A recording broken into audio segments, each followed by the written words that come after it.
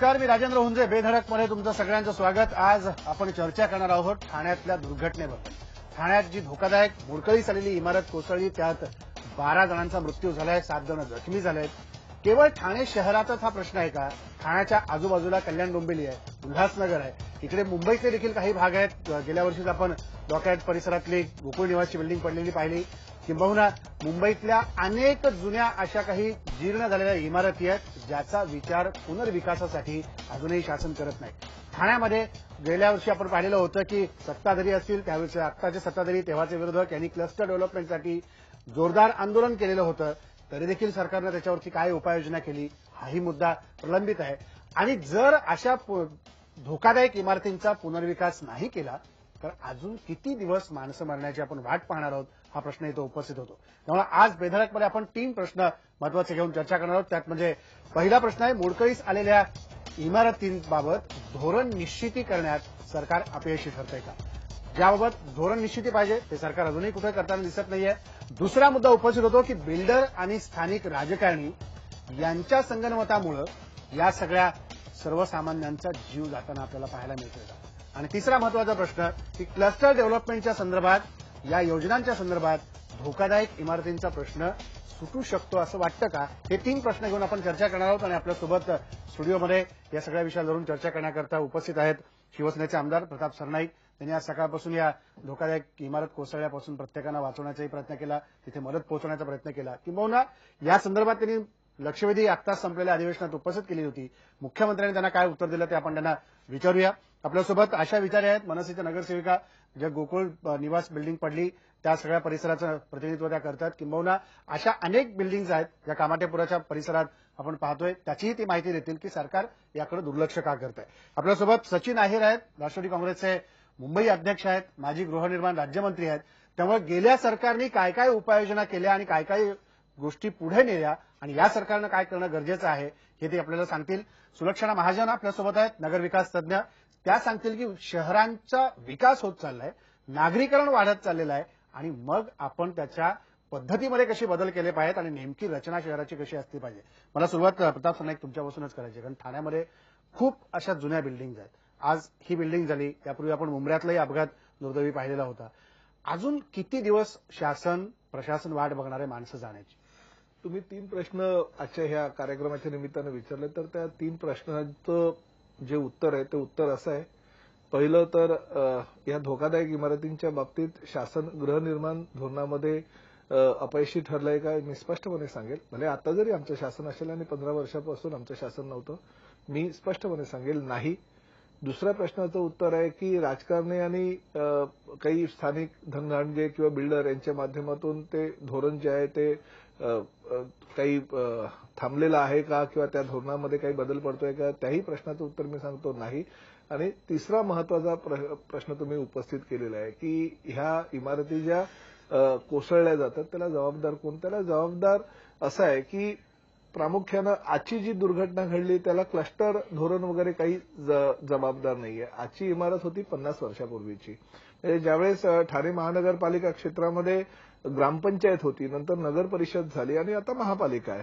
तर ही नगर परिषदेपासून इमारत होती आणि नगर परिषदेच्या माध्यमातून आता 50 वर्ष ह्या इमारती झाल्यानंतर योगायोगानंच ती इमारत धोकादायक झाली होती. 10 वर्षापूर्वी महापालिकेनं त्यांना नोटीस दिली होती. परंतु घर मालक आणि भाडेकरू यांच्यातला जो वाद होता त्या वादामुळे ती इमारत खाली करता आली नव्हती. खरं तर महापालिकेनं नोटीस दिली म्हणजे महापालिकेची जबाबदारी संपत नाही. आता रेंटल हाऊसिंग स्कीमचं जे धोरण आहे त्या धोरणामध्ये काहीतरी बदल करणं गरजेचं आहे, असं आजच सकाळी मंत्रिमंडळाच्या बैठकीमध्ये निश्चित झालं. परंतु रेंटल हाऊसिंगच्या धोरणामध्ये बदल करून नुसतं चालणार नाही, कारण भाडेकरूंचा वाद हा वर्षानुवर्ष असंच चालू राहिलेला आहे आणि त्यांच्या वादातून ही इमारत म्हणजे त्यांचा जर वाद नसता तर कदाचित ही इमारत यापूर्वी डेव्हलप झाली असती, कारण न्यायालयामध्ये वाद त्यांचा तो चालू आहे. पण बऱ्याच वेळेला असं नाही का होत प्रताप सरनाईक की ज्या वेळेला घरमालक आणि भाडेकरू यांच्यातला वाद असतो आणि घर मालक कुठतरी भाडेकरूंना समजावून सांगून त्यांना बाहेर काढण्यासाठी तयार करत असतो. तिथंच कुठतरी असंही ऐकायला मिळतं काही राजकारणी भाडेकरूंना फूस लावतात आणि मग ते तसंच राजकारणी आणि मग असे प्रॉब्लेम. राजकारणी म्हणजे काय उठून सुटून आलं की प्रत्येक गोष्ट काय राजकारणावर ढकलून चालणार नाही तुम्हाला. कारण काय शेवटी कसं होतं की काही तुम्हाला हातामध्ये तुमच्या सापडलं नाही तर राजकारणी मात्र निश्चित सापडतो आणि त्याला बघा मग तिथे कधी एक गोष्ट लक्षात ठेवायची, मी लोकप्रतिनिधी जरी एका पक्षाचा असेल तर या ठिकाणी 3-4 पक्षाचे लोकप्रतिनिधी मी स्पष्टपणे सांगतो, ज्यावेळेस अशी काही गोष्ट घडते त्यावेळेस लोकप्रतिनिधी नेहमी हा भाडेकरूंच्या बाजूने असतो, हे तुम्हाला मी स्पष्टपणे सांगतो. भले तो कुठल्याही पक्षाचा असू द्या. काय होतं की भाडेकरूंची संख्या जास्त असते आणि भाडेकरूंना कुठेतरी न्याय मिळाला पाहिजे ह्या मताचे आम्ही सर्व पक्षाचे लोकप्रतिनिधी असतो. या ठिकाणी तेच झालं, मालक आणि भाडेकरू. म्हणजे काय होतं की एखादी योजना जर तुम्हाला अंमलात आणायची असेल तर त्या ठिकाणी भाडेकरू आणि मालक ह्या दोघांचं संगनमत लागतं ना, ते विकासक सुद्धा ती इमारत विकसित करू शकत नाही. आणि ह्याही गोष्टीमध्ये तसंच झालं. ती इमारत ह्या दोघांच्या वादामुळे डेव्हलप होऊ शकलेली नाही, तर त्याच्या आसपासच्या सगळ्या इमारती डेव्हलप झालेल्या आहेत. त्यामुळे मला असं वाटतं की गृहनिर्माण धोरणामध्ये राज्य शासनानं आता फार मोठा बदल करणं गरजेचं आहे. कारण आपलं गृहनिर्माण धोरण जे आहे ते फार वर्षापूर्वीच आहे. त्यात बदल करणं गरजेचं आहे. 100% रेंटल ऍक्ट आणि ओनरशिप ऍक्ट हे दोन्ही ऍक्टमध्ये बदल करणं आता गरजेचं आहे. रेंटल ऍक्टमध्ये जर बदल केला तर भाडेकरूंना दिलासा मिळेल, परंतु ओनरशिप ऍक्टमध्ये जर बदल नाही केला तर भाडेकरूंना काय मालकालाही दिलासा मिळू शकणार नाही अशी परिस्थिती होईल. त्यामुळे हे दोन्ही ऍक्ट जे आहेत ते बदली करावेच लागेल, त्याशिवाय पर्याय नाही. त्याशिवाय काही पर्याय नाही. सचिन, तुम्हाला काय वाटतं की ज्या प्रकारच्या आता हे दुर्घटना होत आहेत, अजूनही दुर्घटना होण्याच्या टळतील अशी शक्यता नाही आहे? कारण तितक्याच संख्येने धोकादायक इमारतींची जर आपण आकडेवारी पाहिली तर ती मोठी आहे. काय नेमकं करणं गरजेचं आहे? कदाचित फार कमी लोकांना माहित असेल की जगामध्ये असं कुठचाही कायदा नाहीये की ज्यामध्ये खासगी इमारतीची देखरेख कुठचाही शासन करतो. परंतु 1940च्या अगोदरच्या 16,000 उपकर प्राप्त इमारती, ज्याला मुंबईसारख्या शहरामध्ये राज्य शासन आणि विशेषतः महाराष्ट्र शासनाने पुढाकार घेऊन ह्याची देखरेख कोणी करावी, ह्याला संयमित रीतीने त्याची देखरेख करत असताना त्याला धोकादायक जाहीर करायचं की नाही करायचं. जर उद्या समजा घर मालकांनी जर पुढाकार घेतला नाही तर घर मालकांकडनं ते ताब्यात घेण्याची तरतूद करावी. असं करून मुंबई इमारत दुरुस्ती पुनर्रचना मंडळाची स्थापना केली. याचा अर्थ असा आहे की जे आपल्या अगोदरचे राजकीय विचाराची जी लोक 60 वर्ष अगोदर जर हे करू शकतात आणि 1972 साली आणि 75 साली त्यांनी हा कायदा आणला, याचा अर्थ म्हणजे 30-35 वर्ष अगोदर ते करू शकतात. मग आज आपण का करू शकत नाही? हे होऊ शकतो. पॉलिटिकल विल पाहिजे. आपण असंही विचाराल मग आम्ही का नाही केलं, ही वस्तुस्थिती ज्याचा उल्लेख प्रतापनी केला त्याप्रमाणे मागणी भरपूर झाली, परंतु फक्त लोकप्रतिनिधी मागणी केली, मुख्यमंत्र्यांनी घोषणा केली, तेवढंच पुरतं आम्ही दुर्दैवाने मर्यादित राहिलो. मात्र खालचे जे प्रशासन ह्याच्याबद्दल काही करायला पुढाकार घ्यायला मागत नाहीये. आणि म्हणून माझं स्पष्ट मत आहे की जसं मुंबई शहराला वाचवण्यासाठी मुंबई इमारत दुरुस्ती पुनर्रचना मंडळाची स्थापना झाली, तसंच ठाणा असेल, कल्याण असेल, डोंबिवली असेल किंबहुना मुंब्रा असेल, यासाठी देखील एक बोर्ड स्थापन केलं पाहिजे. फक्त त्यामध्ये एवढंच करण्याची गरज आहे की त्याची दुरुस्ती हा विषय आता राहिला नाहीये. एक तर मालकाला एक वेळेमध्ये मर्यादित वेळेमध्ये त्याला सांगावं लागेल की तुम्ही पुनर्बांधणी करा, भाडेकरूला पण सांगावं लागेल त्याला तुम्ही साथ द्या. त्यांनी जर केलं नाही तर या बोर्डाने या प्रॉपर्टी एक्वायर करण्याचं धोरण स्वीकारून करावं लागेल. आणि ह्या सर्व गोष्टी जर काही करायची असेल तर निवळ फक्त मंत्रिमंडळाची मान्यता घेऊन किंवा विधानसभेमध्ये घोषणा करून होणार नाही, तर ह्याच्यामध्ये विधानसभेमध्ये अशातला कायदा आणावा लागेल की ज्यामध्ये कोणीही जाऊन कोर्टात त्याच्या जाऊन हस्तक्षेप करू शकत नाही. त्याचा उल्लेख प्रतापजी आणि इतरांनी पण केला. काही सर्वच लोकप्रतिनिधी, मग प्रताप सरनाईक असतील, जितेंद्र आव्हाडजी असतील, आम्ही सर्वांनीच मिळून घेऊन क्लस्टर धोरणला मान्यता दिली. पण आज ते क्लस्टर धोरणला मान्यता दिल्यानंतर सर्क्युलरच्या माध्यमातून दिलं, त्याला कायदा केला नाही. आज त्यालाच कोर्टाने जाऊन स्थगिती देण्याचं काम देखील काही लोकांनी पुढाकार घेतल्यामुळे त्याला स्थगिती देण्याचं काम केलंय. आणि म्हणून माझं स्पष्ट मत आहे की ह्याच्यामध्ये जोपर्यंत कायदा करणार नाही तोपर्यंत दुर्दैवाने या अडचणी होऊ शकतात. आपल्याला राजेंद्र माहित असेल की मुंबई शहरामध्ये पण दर पावसाळ्यामध्ये अशाच प्रकारची चर्चा व्हायची, पण गेल्या 2 वर्षामध्ये आपण पाहिलं असेल की ती चर्चा कमी होताना आपल्याला पाहायला मिळतात. कारण मुंबई शहराचा प्रश्न थोडा आटोक्यात किंबहुना त्या देखरेखच्या माध्यमातून किंवा ज्या कायद्याची तरतूद आहे त्याच्यामधून आलेली आहे. हीच जर व्याप्ती जर या मुंबई शहराच्या बाहेर MMR रिजनमध्ये वाढवण्याचं काम जर आम्ही करू शकलो तर या बिचाऱ्या लोकांचा जे जीव जातोय त्याला वाचवण्याचं काम शासन म्हणून किंबहुना प्रशासन म्हणून आणि लोकप्रतिनिधी म्हणून आणि समाजाचे घटक म्हणून आपण सर्वांनी मिळून केलं असं होईल. अगदी बरोबर आहे की पण जो मुद्दा कळीचा तुम्ही उपस्थित केला प्रताप सरनाईक की इच्छाशक्ती राजकीय प्रचंड आहे. हो, प्रशासनाला कामाला कसं लावायचं? जर प्रशासन काम करत नसेल तर राजकीय हस्तक्षेप तिथे वाढताना दिसतो. कधी कधी असा आरोप उलटा होतो. पण मुळात राजकीय तिथे सत्ताधारी असताना प्रशासन काम करत नाही, याला काय म्हणायचं? सचिनी भाऊ म्हणजे त्या गृहनिर्माण विभागाचे ते मंत्री होते, त्यांना ह्या विषयाची सगळी जाणीव आहे. किंबहुना मुंबई आणि ठाण्यामध्ये सुद्धा त्यांनी काम केलेलं आहे. ही वस्तुस्थिती आहे. क्लस्टर धोरण अंमलात आणल्यानंतर एखादी व्यक्ती कोर्टामध्ये गेली आणि कोर्टामध्ये गेल्यानंतर जर न्यायालयानं त्याला स्थगिती दिली आणि न्यायालयानं प्रतिज्ञापत्र राज्य सरकारला दाखल करायला सांगितलं, तर राज्य सरकारनं जर दाखल केलं नाही तर ह्याला लोकप्रतिनिधी जबाबदार नाहीये. ही क्लस्टर धोरणाविषयी तीच भूमिका झालेली आहे. राज्य सरकारला 1 महिन्यामध्ये प्रतिज्ञापत्र सादर करायला सांगितलं होतं 6 महिन्यापूर्वी न्यायालयानं, पण अद्यापपर्यंत राज्य सरकारनं प्रतिज्ञापत्र सादर केलं नाही. किंबहुना मुख्यमंत्र्यांना सुद्धा ती गोष्ट माहिती नव्हती. मी आणि स्वतः पालकमंत्री एकनाथ शिंदे आणि ठाणे जिल्ह्यातले आमचे सर्व आमदार आम्ही जेव्हा मुख्यमंत्र्यांना ह्या अधिवेशनाच्या दरम्यान भेटायला गेलो तेव्हा ही धक्कादायक बाब उजेडात आली. म्हणजे प्रधान सचिव जे नितीन करीर आहेत त्यांना आम्ही विचारलं की अशा पद्धतीनं जर न्यायालयाची भूमिका असेल आणि न्यायालयामध्ये प्रतिज्ञापत्र तुम्ही सादर करू शकला नाही तर ही दुर्दैवाची बाब आहे. त्यामुळे 6-8 महिन्यामध्ये त्यांना जी गोष्ट फक्त प्रतिज्ञापत्राद्वारे की ही क्लस्टर ची जी आम्ही योजना आणतोय ही कशा प्रकारे आणि कशा प्रकारे आम्ही ठाणे जिल्ह्यामध्ये नव्हे तर एमएमआरडी रिजनमध्ये त्याची इम्प्लिमेंट करणार आहोत हे फक्त सांगायचं होतं. ते सांगितलं नाही म्हणून स्थगिती उठली गेलेली आहे. आणि मला असं वाटतं की अशा ह्या लोकप्रतिनिधींचा सहभाग आहे, परंतु अधिकाऱ्यांचा आणि त्या ठिकाणी काम करणाऱ्या लोकांचा जर सहभाग नसेल तर ही योजना आम्ही घोषणा केल्यानंतर सुद्धा जर प्रत्यक्षात अस्तित्वात येत नसेल तर निश्चितपणे अशा प्रकारचे जीव जाणार आणि लोक त्याच्यामध्ये मृत्युमुखी पडणार. अजूनही काही घटना घडण्याची शक्यता. नाही, जबाबदार पकडायचा, आम्ही असं जबाबदार कोणाला पकडणार नाही. कारण कसं आहे की न्यायालयाच्या भूमिकेकडे राज्य सरकारच्या ह्या अधिकाऱ्यांनी लक्ष देणं गरजेचं होतं. क्लस्टर डेव्हलपमेंटची योजनेच्या माध्यमातून आम्ही किंबहुना तुम्हाला मी सांगतो आघाडीचं सरकार असताना 3-3 वेळा आम्ही ह्या फक्त क्लस्टर धोरणाविषयी मी स्वतः एकनाथ शिंदे, राजन विचार आम्ही सर्वजण लोकप्रतिनिधी निलंबित झालो. कारण आम्ही सभागृहाच्या आतमध्ये जाऊन सुद्धा आंदोलन केलं आणि सभागृहाच्या बाहेर मोर्चे आणि इतर आंदोलनं सुद्धा आम्ही केलेली आहे. त्यामुळे एवढं सगळं केल्यानंतर जर प्रशासकीय यंत्रणा आमच्या सोबत नसेल किंवा लोकांच्या सोबत नसेल तर मला असं वाटतं आमची इच्छाशक्ती किती मोठी असेल तरी जर अधिकारीच आमच्या सोबत नसतील किंवा त्यांना जर ती योजना प्रत्यक्षात आणायची नसेल तर शेवटी आम्ही तरी काय करणार. त्यामुळे निश्चितपणे आजही वेळ गेलेली नाही. पुढे भविष्यामध्ये अजून काही जीव जाण्या अगोदर जरी अधिकाऱ्यांनी प्रबळपणे जी योजना आम्ही अंमलात आणण्याचा प्रयत्न करतोय ती जर त्यांनी आणली आणि त्याला साथ दिली तर निश्चितपणे ही जी दुर्घटना होणार त्या दुर्घटना होऊन सुद्धा लोकांचे जीव वाचू शकतील अशी आशा करायला आपल्याला हरकत नाही. पण अशा विचार तुम्ही काय म्हणाल की ज्या परिसरात तुम्ही आता लोकप्रतिनिधी म्हणून काम करताय, नगरसेविका म्हणून काम करताय, अनेक बिल्डिंग आहेत, कामाच्या पुऱ्यातल्या देखील काही अनेक बिल्डिंग असतील किंवा गोकुळ निवास आपण उदाहरण म्हणून मागच्या वर्षीचं घेतलं. काय करता येतं महापालिकेला आणि महापालिका काय नेमकं करत नाही ते राज्य शासनाच्या पाठपुराव्याने करायला पाहिजे?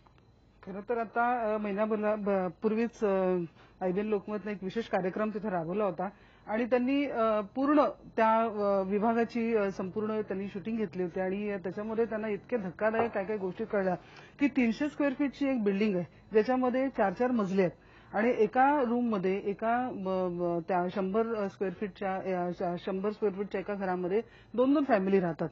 त्याच्यामध्ये जी नळाची योजना आहे किंवा गटाराची योजना आहे कसलीच म्हणतो ना आपण की आपण म्हणतो शांघाय व्हावं किंवा क्लस्टर प्रोजेक्ट व्हावं असे मोठे मोठे शब्द आपण त्या लोकांना सांगतो की नाही आता रिडेव्हलपमेंट होणार आहे, आता सगळं काही मोठं होणार आहे, आता तुम्हाला सेल्फ कंटेंट मिळणार आहे. परंतु सेल्फ कंटेंट मिळणार ही स्वप्न गेले 25 वर्ष. आज माझा जन्म तिकडे झालेला आहे. मी म्हणजे माझ्या वडिलांपासून मी सगळं पाहत आले की अनेक लोकांनी आमच्याकडे महापौर होऊन गेले शंकरराव पोपाला, तेव्हापासून त्यांनी सुरुवात केलेली आहे की कामडीपुरा डेव्हलप झाला पाहिजे. परंतु नेहमी जेव्हा डेव्हलपचा विषय येतो, जेव्हा रिडेव्हलपमेंटचा विषय येतो त्यावेळेला असं काहीतरी नवीन येतं की हा जीआर आला, तो जीआर आला, मग कधी फायर ब्रिगेडचा आला, मग कधी तुमचा जेल एनओसी आला. या सगळ्या गोष्टींमध्ये जी नॉर्मल जनता आहे, कॉमन जनता आहे त्यांना माहिती नाही तो की तुमचे जीआर काय आहेत. तुम्हाला लोकप्रतिनिधी ज्यावेळेला तुमच्याकडे मतं मागायला येतात त्यावेळेला तुमची एकच माफक इच्छा असते की आम्हाला एक स्वच्छ आणि चांगलं घर हवंय. की खूप काही मोठं नको, काही आम्हाला स्विमिंग पूल नको किंवा खूप काही असं मोठं गार्डन नको किंवा इतर सुविधा नको, पण एक सुंदर एक छोटंसं घर असावं जिथे आम्हाला पाणी व्यवस्थित मिळालं पाहिजे, आम्हाला वीज व्यवस्थित मिळायला पाहिजे. येणारी आमची जी पिढी आहे त्यांना अभ्यास करण्यासाठी व्यवस्थित एक असं वातावरण निर्माण झालं पाहिजे की येणाऱ्या पिढीवर जो आताची पिढी जे भोगते ते भोग पुन्हा तिला भोगता येऊ नयेत. कारण का आताच्या याच्यामध्ये जर तुम्ही पाहिलं की ब्रिटिश काळापासूनचे तिथे पाईपलाईन आहेत की आपण बदलला नाहीत अजून, त्या अजून बदलल्या नाहीयेत. म्हणजे मग महापालिका काय करते, मग प्रशासन काय करते, अधिकारी काय करतात, हाच मुद्दा परत येतो. मी तुमची एक दुरुस्ती करते की मी मनसेची उपाध्यक्ष आहे, मी नगरसेविका नाहीये. ठीक आहे, पण आपण नेते म्हणून पकडूया. नेता म्हणून नाही, मी त्या कॉमन पब्लिक मधनच मी त्यांच्यामधनच मी वाढली म्हणून मी तुम्हाला सांगते की आज अक्षरशः आपण गटाराचं पाणी पितो तिथे, की नळाची दुरुस्ती होणं तेवढ्यापुरती नळाची दुरुस्ती होते. तिथे गटाराचं पाणी म्हणजे दोन जवळजवळ एक 100 फीटच्या खाली जर बघितलं की गटाराची पाईपलाईन आणि पाण्याची पाईपलाईन हे दोन्ही एकत्र जुळलेले आहेत. 6 मीटरचा जिथे मुद्दा येतो त्या गल्ली वाईज आहेत. तिथे आजूबाजूला कुठेही गटार नाहीयेत, सांडपाणी वाहून नेण्यासाठी पाणी नाहीये. कधी कधी आता जर पावसाळा आला की सगळ्यांना असं वाटतं की आपण मजा मारायला जावं, पिकनिक करावी, किंवा असं वाटतं की कुठेतरी पाऊस आला म्हणजे खूप काही सुख आणि चांगलं एन्जॉयमेंट करावं. परंतु तसं नाहीये. आम्हाला पाऊस आला की सगळे अगदी जीव आपल्या धोक्यात घेऊन ना चाळीमध्ये येऊन बसतात.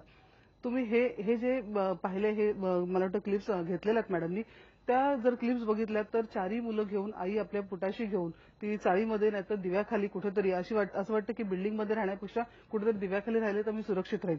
सगळे घाबरलेत, सगळे कंटाळलेत, सगळ्यांना रिडेव्हलपमेंट पाहिजे. परंतु तुम्ही भाडेकरू आणि टेनंट या दोघांच्या भांडणांमध्ये कुठेतरी राजकीय पक्ष येतात, कुठेतरी तो एक डेव्हलपर येतो की त्याला तिथे रिडेव्हलपमेंट करायचं असतं. सगळ्यांचे स्वार्थ त्याच्यामध्ये. कुठेतरी या लोकांनी सगळे स्वार्थ सोडून त्यांनी हे स्वार्थापोटी होत आहे. स्वार्थापोटी हे दोघांमध्ये, टेनंट आणि भाडेकरूमध्ये कुठेतरी भांडण लावायचा नेहमी प्रयत्न केला जातो. कारण का असोसिएशन अनेक होतात. एक टेनंट असोसिएशन होतं, कधी लँडलॉर्ड असोसिएशन होतं. या दोघांमधले एकत्र हे बसणार कसं, हे एकमेकांना काय समजू की नदीवरचे आम्ही 2 तीर आहोत की हे आम्ही एकत्र कधी येणारच नाहीत. ह्यांना एकत्र आणण्याची गरज आहे. कारण ह्यांना जोपर्यंत तुम्ही एकत्र आणणार नाही तोपर्यंत रिडेव्हलपमेंट होणारच नाहीये. कारण का भले म्हाडा म्हणताय की आम्ही क्लस्टर प्रोजेक्ट करू, तुम्हाला हा एरिया देऊ, मग फंजेबल आला, अमुक आला, तमुक आला, घेणं देणं नाही हो. लोकांना काय हवंय की एक चांगलं आणि स्वच्छ घर पाहिजे. आता सुरक्षित पाहिजे, सुरक्षित घर पाहिजे, सुरक्षित घर पाहिजे, चांगलं घर पाहिजे, हीच अपेक्षा लोकांची आहे. मला हाच मुद्दा घेऊन सुरक्षितांना विचारायचा आहे, पण ब्रेकची वेळ झाली आहे. ब्रेक नंतर नेमकं नगर रचनेमध्ये काय बदल करायला हवेत आणि जे ब्रिटिशकालीन सगळी व्यवस्था आता अशा ते सांगत होत्या, याच्यात बदल करून नागरिकांना सुरक्षित जीवन कसं दिलं पाहिजे, ही चर्चा ब्रेक नंतर करूया.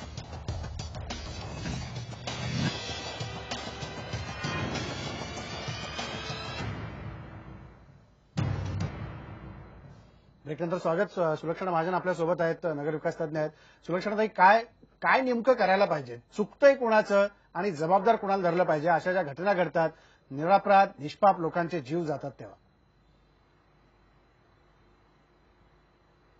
एक म्हणजे आजच्या राजकारण्यांना किंवा आजच्या प्रशासकांना जबाबदार धरणं हे अतिशय चुकीचं आहे. परंतु याचा अर्थ राजकारणी चुकीचे आहेत, राजकारण्यांनी चूक का केल्या नाहीत असं मात्र म्हणता येत नाही. एक अभ्यासक म्हणून मला असं सांगावंसं वाटतं की तुम्ही जे 3 प्रश्न सुरुवातीला उपस्थित केले होते की या इमारती पडता आहेत त्याला जबाबदार कशामुळे पडता आहेत, त्याला शासन जबाबदार आहे का, त्यानंतर याच्यावर काही उपाय आहे का, आणि क्लस्टर डेव्हलपमेंट हा त्याच्यावर उपाय असू शकतो का. सरनाईकांनी सांगितलं ह्याची सगळ्याची उत्तरं त्यांनी नाही अशी दिलेली आहेत. मला असं वाटतं की त्यांना नगर रचनाशास्त्राचं काही कळत नाही, जसं की मला शरीर रचनाशास्त्राचं काही कळणार नाही, त्यामुळे मी हृदयाचं ऑपरेशन कसं करायचं हे सांगू शकत नाही. त्याचप्रमाणे हे राजकारणी जे तिघही बोलले त्यांना मला असं सांगावंसं वाटतं की तुम्ही पहिले जाणून घ्या की तुम्हाला नगर रचनाशास्त्राबद्दल अजिबात माहिती नाही. तुम्ही अनभिज्ञ आहात, तुम्ही राजकारणी आहात, लोकांनी तुम्हाला निवडून दिलेलं आहे, हे सगळं मला मान्य आहे.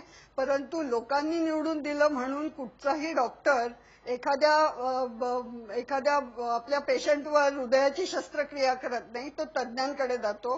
त्यामुळे हा प्रश्न राजकारणी आणि आत्ताचे प्रशासक यांनी निर्माणही केलेला नाहीये, परंतु हा निश्चितच आपल्या गतकालातील राजकारण्यांनी निर्माण केलेला आहे.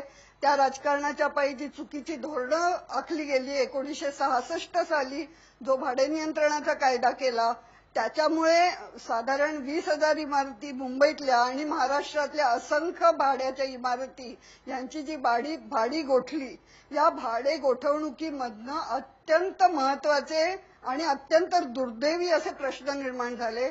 आणि त्यातला सगळ्यात महत्वाचा प्रश्न म्हणजे देखभाल दुरुस्ती ही संपली.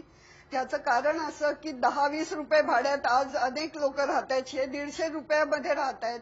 या रुपयामध्ये पाण्याचं बिल सुद्धा 200-300 रुपये असतं. तिथे देखभाल दुरुस्ती काय करणार, हा महत्वाचा मुद्दा आहे. दुसरा मुद्दा आहे भाडे नियंत्रणामुळे भाडेकरू आणि मालक यांच्यामध्ये जी भांडणं लागलेली आहेत त्याला सर्वस्वी भाडे नियंत्रण कायदा हाच जबाबदार आहे. आणि हे फक्त भारतातच नाही तर जगातल्या 4 नोबेल लॉरेट्सनी दाखवून दिलेलं आहे की तुम्हाला जर शहर सुधारायचं असेल तर पहिल्यांदा भाडे नियंत्रण कायदा जिथे जिथे केला आहे ती सगळी शहरं आजारी झालेली आहेत हे लक्षात घ्या. आणि भाडे नियंत्रण कायदा तुम्ही जर आत्ता तातडीने दुरुस्त नाही केला आणि पुढच्या 10 वर्षात तो नाहीसा जर नाही केला तर मुंबई काय ठाणं काय ही शहरं तुम्हाला मृतप्राय झालेली दिसतील.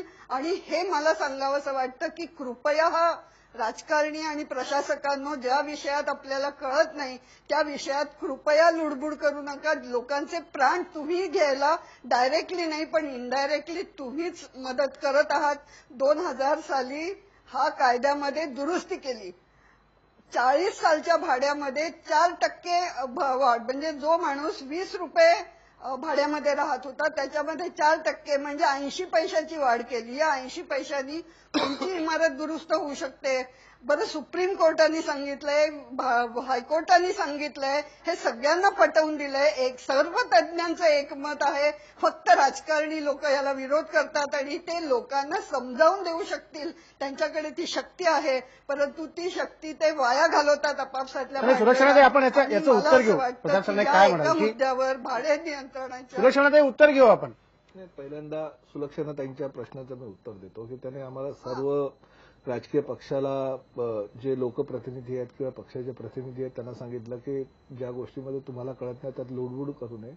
ही वस्तुस्थिती आहे की आम्ही काही वास्तुविशारद नाही, आम्ही काही सिव्हिल इंजिनियर नाही किंवा आम्ही काही हृदयाचे डॉक्टर नाही किंवा आम्ही इतर कुठल्याही विषयामध्ये पदवीधर नाही आहोत. परंतु असं नसताना सुद्धा आम्ही ज्या सर्वसामान्य जनतेमधून निवडून येतो त्या सर्वसामान्य जनतेचे आम्ही लोकप्रतिनिधी आहोत. म्हणजे त्यांचा कुठलाही विकार असेल ते डॉक्टर म्हणून आमच्याकडे बघत असतात किंवा कुठलीही गोष्ट त्यांना जेव्हा करायची असते तेव्हा एक अपेक्षेनं एक मोठा भाऊ म्हणून किंवा मुलगा म्हणून किंवा आमचा अतिशय जवळचा कार्यकर्ता म्हणून आमच्याकडे अपेक्षेनं येत असतात. त्यामुळे आम्ही त्या क्षेत्रामध्ये जरी पारंगत नसलो तरी आम्ही त्यांच्या अतिशय जवळचे असल्याकारणाने त्यांच्या भावनांचा आम्ही आदर करत असतो. त्यामुळे तो निर्णय घेत असतो.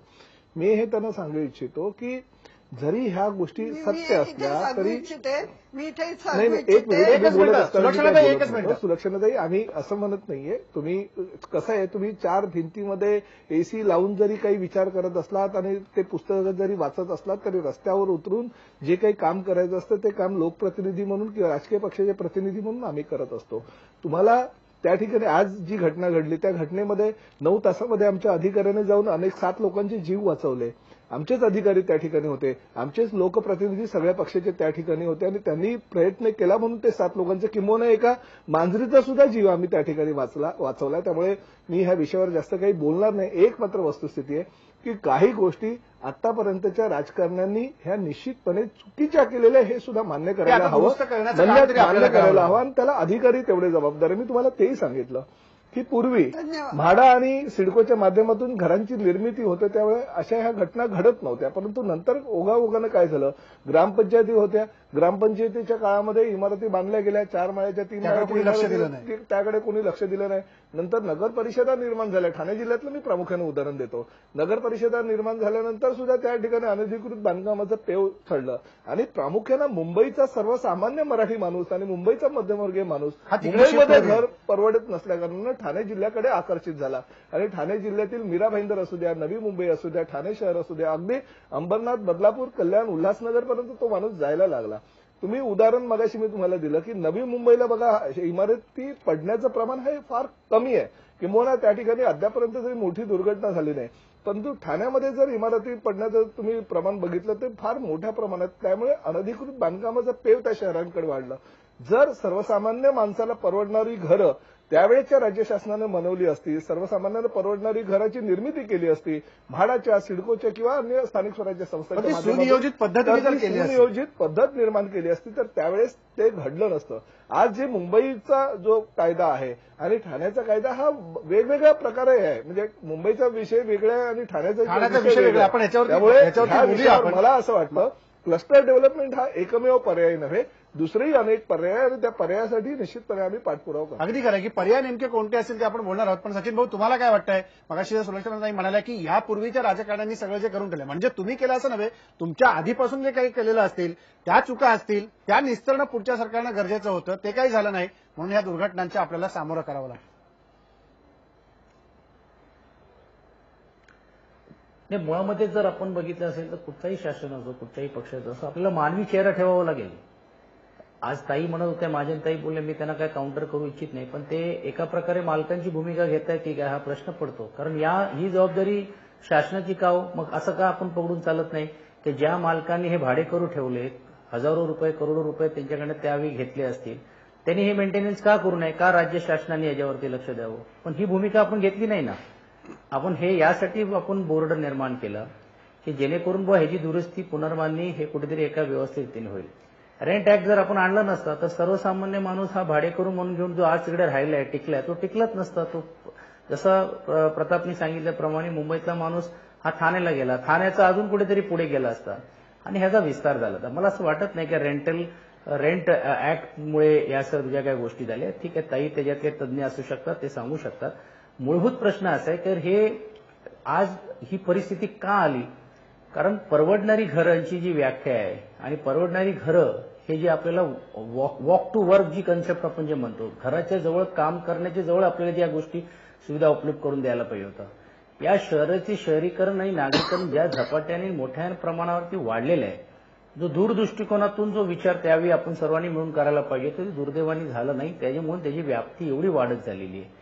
आज मुंबई शहरामध्ये प्रत्येकानं असं वाटतं की आम्ही इकडे येऊन का राहू नये, आणि त्यातूनच या जी लोकसंख्या ज्या पद्धतीने वाढते त्याप्रमाणे जो आपण परवडणारी घराची जी व्याख्या आपण करू शकलो नाही, म्हणून या सर्व परिस्थिती झालेल्या आहेत. आता आता राहिला प्रश्न धोकादायकचा, मी जसं अगोदर सांगितल्याप्रमाणे की आजही कायदा जर आपण केलं, मालकांच्या वरती जर अंकुश ठेवलं, मग आज मला सांगा ना की हेच मालक आडमुखीची भूमिका का करतात? मुंबई शहरामध्ये ताई आता इकडे नगरसेविका जे मनसेचे उपाध्यक्ष आहेत त्यांना विचारा, कामाठीपुरामध्ये जी प्रॉपर्टीची किंमत 25 लाख रुपये होती ते आज रिडेव्हलपमेंट होणार, क्लस्टर होणार म्हणून त्याच घर मालकांनी आज 5-5, 2-2 कोटी रुपये मागायला सुरुवात केली. म्हणजे त्या मालकांवरती कुठचाही अंकुश नाही. म्हणून हा कायदा आपण जसं आज मुंबई शहराला लागू आहे तोच जर आपण केलं की एक तर तुम्ही स्वतः दुरुस्ती करा, तुम्ही पुनर्बांधणी करा घरमालकांनी, जर नाही करू शकत तर मग शासन म्हणून आम्ही ताब्यात घेऊन आम्ही हे बनवणार आहोत.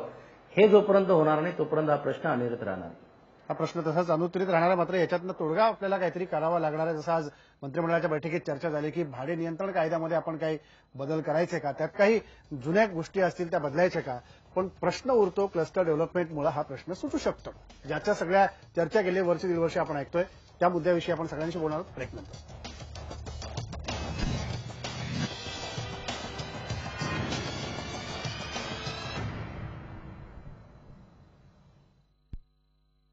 ब्रेकनंतर स्वागत तुमचं सगळ्यांचं. आमच्या फेसबुकच्या पेजवरती ज्या काही प्रतिक्रिया प्रेक्षकांच्या आल्या त्यातल्या मोजक्या आणि निवडक वाचून दाखवतो आणि आपण पुढे जाऊया. श्याम ठाणेकर आहेत, ते म्हणतात की बिल्डर, भ्रष्ट अधिकारी आणि भ्रष्ट राजकारणी यांच्या अभद्र युतीमुळेच या सगळ्या घटना घडत आहेत. प्रदीप रोकडे आहेत, ते म्हणतात की इमारत दुर्घटना झाल्यानंतर जागं व्हायचं आणि वातावरण सगळं शांत झालं की पुन्हा झोपी जायचं, हे चक्र गेल्या अनेक वर्षांपासून सुरू आहे. हे कधी बदलणार असा प्रश्न त्यांना पडलेला आहे. अमोल तावरे आहेत, ते म्हणतात की मोडकळीस आलेल्या इमारतींना वेळोवेळी स्ट्रक्चरल ऑडिट त्याचं करून घेणं बंधनकारक का करू नये. हे मुद्दे जनसामान्यांच्या मनात पडलेले आहेत, ज्या आपल्याला या सगळ्या प्रश्नांचं निराकरण करतील म्हणून वाट पाहत आहेत.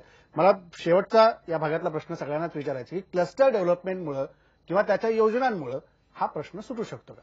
प्रधान, मी मगाशीच तुम्हाला म्हणालो की क्लस्टर डेव्हलपमेंट हा काही पर्याय नाही आणि प्रामुख्यानं मुंबईचा आणि ठाण्याचा विषय हा वेगळा आहे. क्लस्टर डेव्हलपमेंट अशा ठिकाणी होऊ शकतो की ज्या ठिकाणी सरसकट सगळ्या जुन्या आणि धोकादायक इमारती आहेत, त्यातल्या सगळ्या लोकांना एकत्र करून तुम्ही ती क्लस्टर डेव्हलपमेंट योजना राबवू शकतात. तुम्हाला अजून मी पुढची माहिती देतो की आजची जी दुर्घटना घडली म्हणजे कृष्णनिवासी इमारत होती ठाण्याच्या मध्यवर्ती भागामध्ये, ती ग्रामपंचायतीच्या काळातली, नंतर नगर परिषद आणि आता महापालिका, अधिकृत इमारत तेव्हाची ती होती, आताची अधिकृत होती. फक्त मालक आणि भाडेकरूंच्या आपापसामध्ये जो त्यांचा विकोप गेला होता किंवा आपापसामध्ये वादविवाद निर्माण झाला होता, त्यामुळे ते आता प्रकरण न्यायालयामध्ये प्रलंबित होतं, त्यामुळे ही दुर्घटना घडली. ही धोकादायक इमारत होती. हाच जर भाडेकरू आणि मालकामध्ये विसंवाद झाला नसता, त्यांनी जर एकत्रितपणे डेव्हलपमेंट केली असती तर कदाचित आज त्या ठिकाणी चांगली सोसायटी निर्माण झाली असती. ती धोकादायक होती. क्लस्टर डेव्हलपमेंट ह्या इमारतीला लागू शकत नाही, परंतु ह्या इमारतींसाठी, धोकादायक इमारतींसाठी वेगळं काही धोरण, म्हणजे विकासकाला काही फायदा झाला पाहिजे, सर्वसामान्य जे भाडेकरू आहेत त्यांना चांगल्या प्रकारचं त्यांचं घर मिळालं पाहिजे आणि मालकाचाही प्रश्न जो आहे तो निकाली निघाला पाहिजे. आता ठाण्यामध्ये प्रामुख्यानं म्हणजे आज ही घटना घडल्यानंतर मंत्रिमंडळाच्या बैठकीमध्ये रेंटल ऍक्टमध्ये काही बदल करावा असं मंत्रिमंडळानं सुचवलं. एकनाथ शिंदेने त्यावर मागणी केली होती. प्रकाश मेहतांनी सांगितलं की रेंटल ऍक्टमध्ये सुधारणा करू, परंतु रेंटल ऍक्टमध्ये सुधारणा केल्यानंतर भाडेकरूंना न्याय मिळेल असं नाही. ओनरशिप ऍक्टमध्ये सुद्धा सुधारणा करणं गरजेचं आहे. माझं एक सजेशन आहे की भाडेकरू आणि मालक हा वाद आता नाही, आता गृहनिर्माण सोसायटी निर्माण झालेल्या आहेत, त्यामुळे भविष्यामध्ये 25-30 वर्षानंतर 50 वर्षानंतर भाडेकरू आणि मालक हा वाद राहणार नाही, परंतु मूळ जमीन मालक जो आहे त्याच्या नावानेच अजूनपर्यंत 7/12 प्रॉपर्टी कार्ड किंवा सनद किंवा इतर काही ज्या गोष्टी आहेत त्या असल्या कारणानं त्यावेळेस सुद्धा हा वाद निर्माण होण्याची शक्यता आहे. त्यामुळे एकदा काय ओनरशिपच्या ऍक्टनुसार जमीन मालकानं ती प्रॉपर्टी विकल्यानंतर त्या प्रॉपर्टीवर त्याचा अधिकार नाही, म्हणजे कन्व्हिन्स झाल्यासारखं ते धोरण जाहीर करायला हवं. 10 वर्षापर्यंत त्यांनी त्याचे जे काही डॉक्युमेंट्स आहेत त्यामध्ये सुधारणा करावी आणि 10 वर्षानंतर एकतर ते टायटल क्लिअर असेल तर सोसायटीच्या नावाने ती प्रॉपर्टी हँडओव्हर व्हावी, किंवा जर सोसायटीच्या नावानं होत नसेल, वादविवाद असेल तर राज्य शासनाचे किंवा सरकारी नाव त्या 7/12वर आलं पाहिजे. तरच मला असं वाटतं भविष्यामध्ये भाडेकरू आणि मालक किंवा घरमालक आणि विकासक हा वाद निर्माण होणार नाही. आणि महत्वाचा मुद्दा मी सांगतो, क्लस्टर डेव्हलपमेंटच्या बाबतीत भले आमचं जरी सरकार असेल तर राज्य सरकारने आता फार ठोस भूमिका या बाबतीत घेतली पाहिजे. लवकरात लवकर महापालिकेच्या प्रत्येक महापालिकांना ही योजना चांगल्या प्रकारे राबवता यावी ह्यासाठी उच्च न्यायालयामध्ये ऍफिडेव्हिट सादर करून अजूनपर्यंत चांगल्या प्रकारे ही योजना कशी अंमलात आणता येईल यासाठी प्रयत्न केले पाहिजे आणि ते केल्यानंतर सर्वसामान्यांना परवडतील अशा घराची निर्मिती सुद्धा राज्य शासनाने करणं गरजेचं आहे. त्याच्याशिवाय हे प्रश्न सुटणार नाहीत. ताई काय म्हणाल? मी सर्वप्रथम महाजनताईंच्या वयाचा आणि अनुभवाचा मी मान ठेवीन, पण महाजनताई जसं म्हणतात की राजकारणी जबाबदार आहेत नाहीत तो नंतरचा प्रश्न आहे. जसं आता सरनाईक साहेबांनी सांगितलं की ताई नुसतं पेपरवर लिखाण करून हा अमुक जी आर आला पाहिजे, तमुक जी आर आला पाहिजे, असं व्हायला पाहिजे, तसं व्हायला पाहिजे, हे देणं किंवा हा कायदे करणं हे सोपी गोष्ट आहे, परंतु अंमलात आणणार कधी असे जीव गेल्यानंतर. आज जो कामाठीपुरा विभाग आहे, जसं आता अहिरे साहेबांनी सचिन भाऊंनी सांगितलं की त्यांनी खूप प्रयत्न केले होते की वाद जो भाडेकरू आणि टेनंट ह्यांच्या दोघांमधला वाद मिटवायचा त्यांनी खूप प्रयत्न केला होता, परंतु काही याला अपयश आलं, काही यश आलं नाही, काही मेंटॅलिटी असेल. परंतु आताच्या ह्याच्यामध्ये जर सांगायचं झालं तर कामाठीपुराच्या बाजूला एक महिलांचं जेल आहे. त्या जेव्हा रिडेव्हलपमेंटचा विषय निघाला आणि लगेच जी आर येतो की जेल कस्टडी आहे, तिकडे आजूबाजूच्या 600 मीटरमध्ये तुम्हाला रिडेव्हलपमेंट करता येणार नाही, परंतु ऑलरेडी तिकडे 25-25 मजली इमारती आहेत, मग त्यांना परमिशन तुम्ही कशी दिली? असे अनेक शंका कुशंका ज्या आहेत त्या निर्माण होतात. मग हे कायदे तज्ज्ञ करतात की प्रशासन करतं की राजकारणी करतात का बिल्डर येऊन करतो की बिल्डर येऊन सांगतो की बाबा नाही हा रिडेव्हलपमेंट होऊन द्यायचा नाही, किंवा राजकारणी आपली मतं सांभाळतो की बाबा हे रिडेव्हलपमेंट झालं तर इकडनं ही लोक बाहेर पडतील, तर हे आहेत त्या हलाखीच्या परिस्थितीत आहे. तर ह्या गोष्टींना कुठेतरी एक अंत मिळाला पाहिजे आणि ह्याच्यातून कुठेतरी एक चांगला क्लस्टर प्रोजेक्ट आम्हाला हवाच आहे. आणि मी सरनाईक साहेबांना खरंच मी विनंती करीन की तुमचं सरकार आहे आणि जरी प्रश्न ठाण्याचा आणि मुंबईचा जरी वेगळा असला तरी पण मुंबईमध्ये सुद्धा राहणारी ही माणसं आहेत, ही जनावरं नाहीयेत.